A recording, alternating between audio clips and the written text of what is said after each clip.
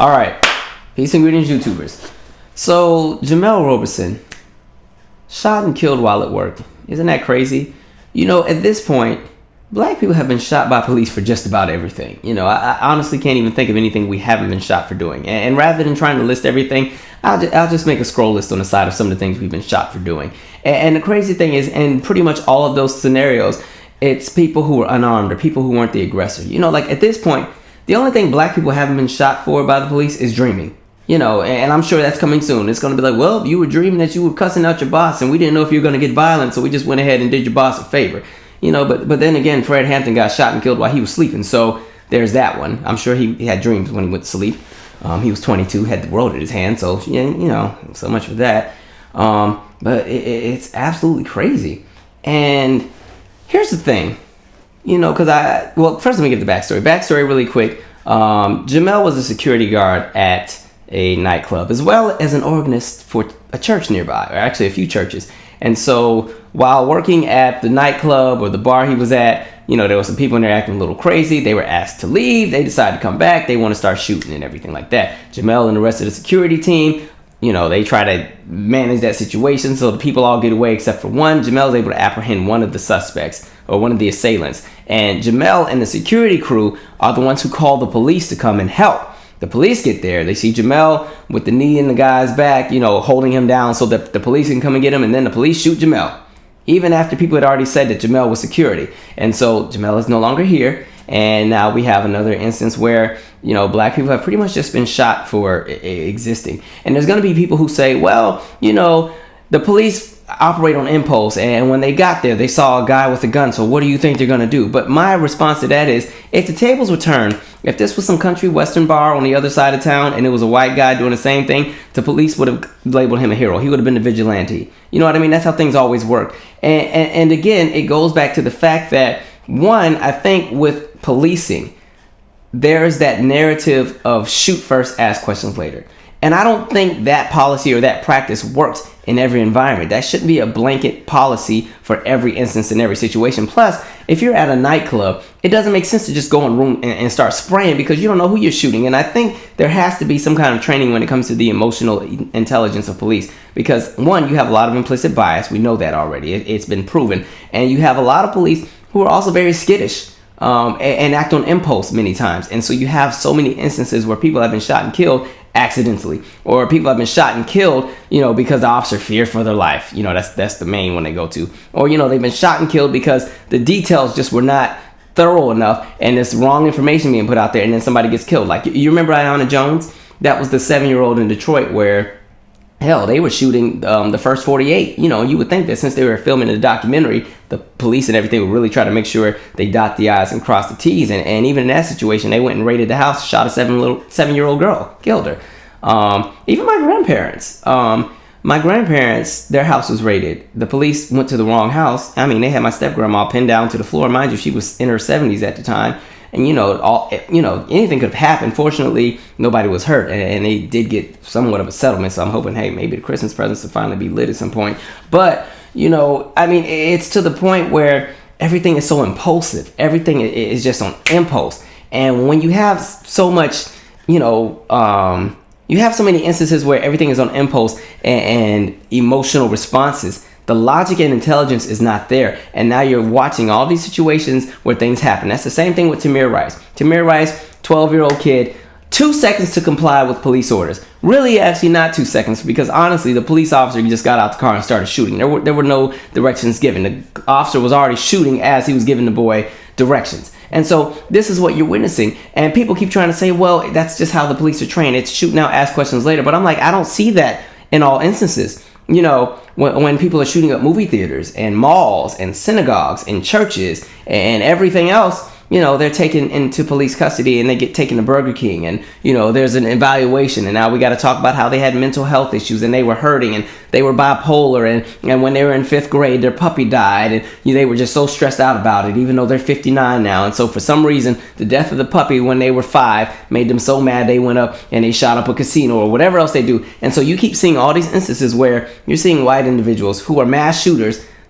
caught in the act, caught with the gun in their hand, still shooting at people. And what do? They want to bring in a negotiator. They want to find ways to ease the situation. They want to bring out the taser guns. They want to bring out the batons, everything but the actual things they need to do to regulate and diffuse the situation. But for some reason, when it's black folks, it's just shot on sight. No ifs, ands, or buts, no questions asked. And so we have to get into a space where, well, not we, because it ain't me, it's y'all, but the police have to get into a space where they need to reevaluate what it is that they're doing when it comes to training these officers. Because honestly, if the officers are not in a position where they can logically make decisions and be quick on their feet at the same time while considering the safety of everybody, then maybe they don't need to be on the force.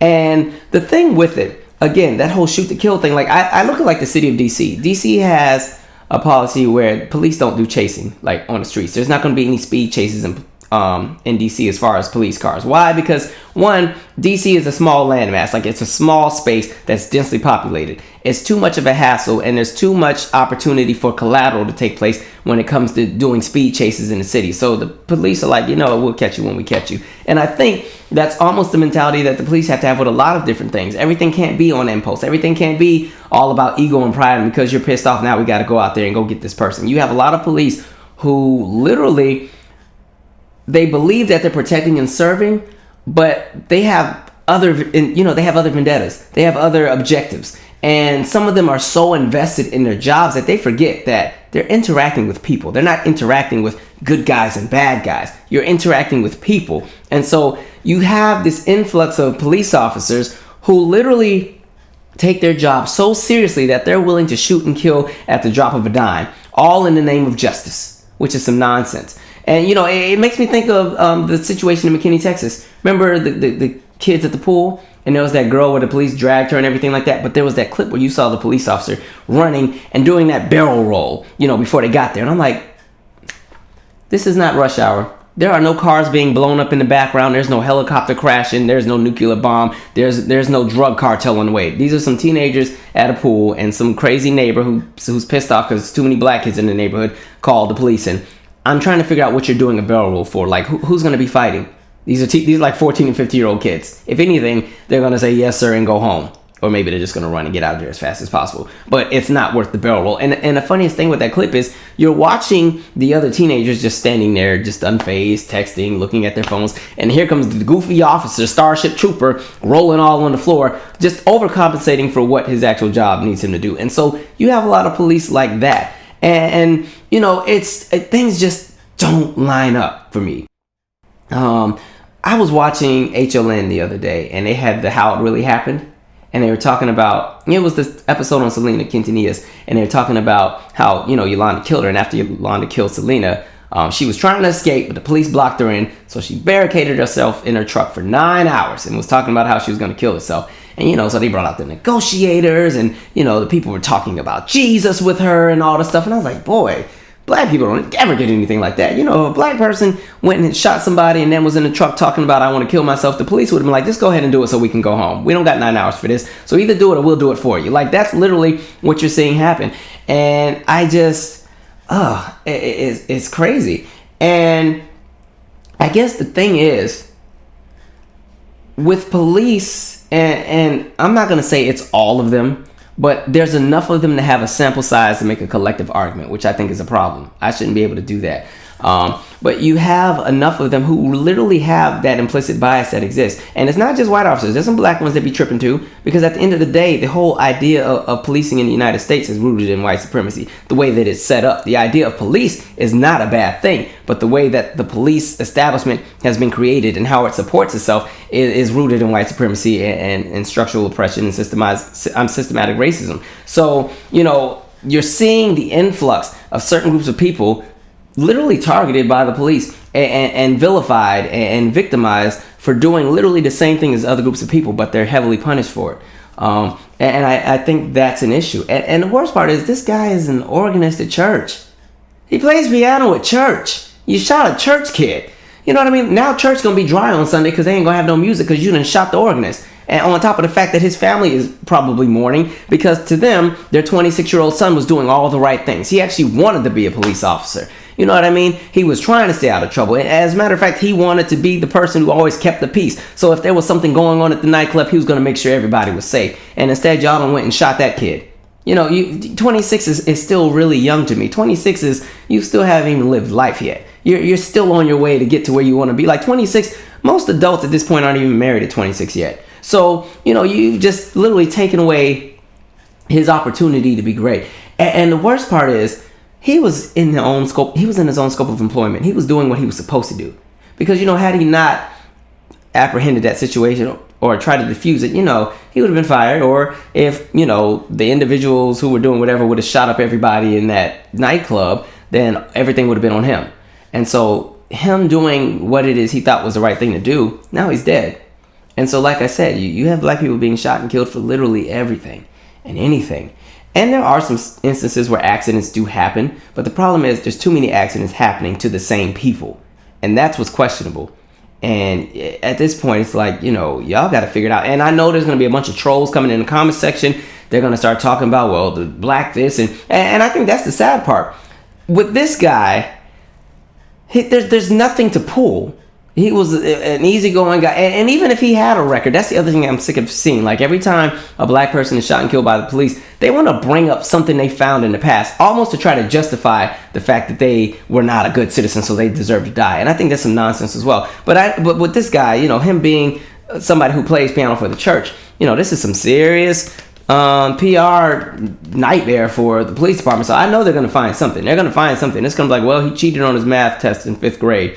And when he was 6, he found a tooth on the street and tried to pass it off as his so he could get $1 from his mom. And somehow they will tie that into why he deserved to die, because that's the narrative. There's going to be trolls who come on this video or any other video that's talking about the situation, and they're going to find something to justify why he died.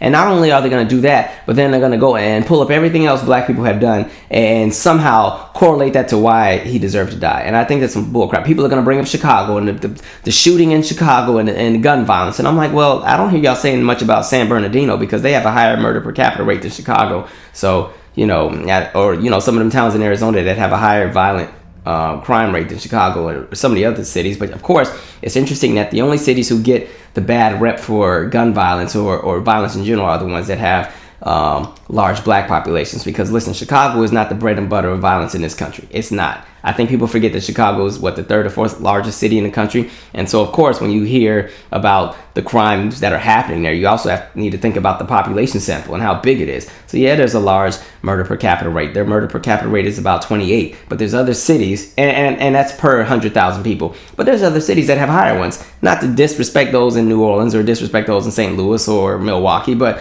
I'm tired of hearing the narrative of Chicago.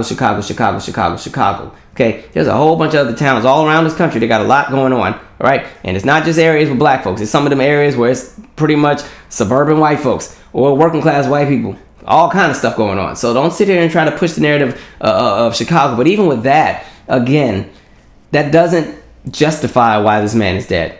And people who like to bring up the argument, well, black people only talk about when police kill black folks, but they don't say nothing about black folks killing black folks. No, the problem is you don't do enough research and go look at all the institutions and organizations that specialize in bringing down community violence. Y'all, all of that's mute. Y'all don't care about none of those organizations. Y'all just want to come in here and argue. But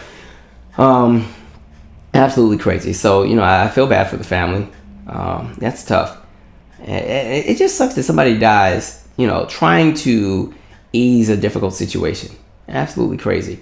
Because in that same instance, George Zimmerman is a hero in this country to some. He's a hero for literally almost doing what some people would say was the same thing, being a vigilante and stepping out and protecting the rights of everybody else, which is some nonsense to me. George Zimmerman was just a freaking lunatic. But, there will be people who will justify George Zimmerman killing Trayvon Martin, but they won't understand the logic and why it's outrageous for Jemel Roberson to be dead.